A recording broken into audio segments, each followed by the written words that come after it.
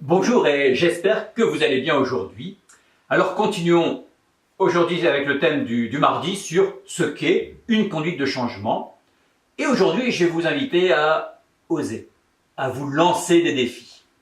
Alors évoquons pour cela ensemble le cas de Mélissa que je revois dans son suivi et qui me dit avoir des difficultés à mettre en place, en application, le travail sur la sensation de faim. En fait, Mélissa a un grand manque de confiance en elle et d'estime de soi également. Je lui demande par exemple, mais comment elle fait avec le petit déjeuner?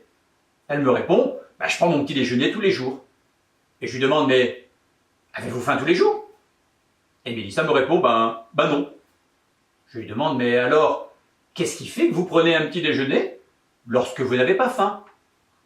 Et Mélissa me dit, j'ai peur d'avoir faim et de ne pas me sentir bien. Et je lui dis, mais que risquez-vous? D'avoir faim? Est-ce que c'est grave? Et Mélissa répond, je sais bien que c'est pas grave, mais j'ai peur de me mettre à manger n'importe quoi.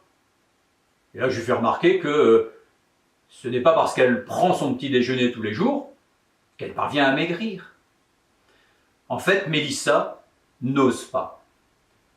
Et Mélissa se bloque un peu par ses oui mais. Le oui mais est un obstacle au changement. Elle est un peu dans la peur d'avoir peur de la peur qui fait peur d'avoir peur de la peur. Et on tourne en boucle. Alors je lui ai dit, mais si vous osiez? Et je lui donne cette mission, jusqu'à la prochaine consultation, d'oser ne pas prendre de petit déjeuner lorsqu'elle n'a pas faim. En fait, Mélissa se crée finalement ses propres blocages en n'osant pas. Elle renforce en même temps le trouble de l'estime de soi, car elle a l'impression de ne pas avancer, de ne pas réussir. En fait, oser, c'est accepter de prendre un risque. Mais que risque-t-elle? Rien. Pour lutter contre sa peur d'avoir faim, elle peut en première phase, par exemple, prendre une petite collation avec elle. Puis en deuxième phase, oser ne plus rien prendre. C'est juste finalement lutter contre des habitudes, contre des règles de fonctionnement. Mais en osant, Mélissa va faire de nouvelles expériences sensorielles. Elle va apprendre, par exemple, à réapprivoiser la sensation de faim et lutter contre sa peur d'avoir faim, qui la pousse à manger, on dit par anticipation. La sensation de faim est certes une sensation désagréable, mais elle n'est pas dangereuse. En plus, en osant, Mélissa va améliorer son estime de soi.